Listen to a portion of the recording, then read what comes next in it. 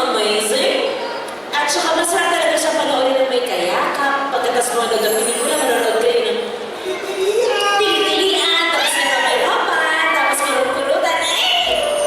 So this is Under Quantum Films, of course, directed by Chito Ronyo, and is our first movie together dito sa Espantamo. And it's been a while, nagagawa ako ng horror, it's been a decade, and then my entry last 5 years ago pa, ang entry ko huli dito sa Metro Manila Film Festival, and it's very exciting. I'm so excited for this movie. Alam mo, tamang-tama yung 50th edition ng MMFF. Nandito si Miss Julie Anzano. Bakit yun? Wala, gusto ko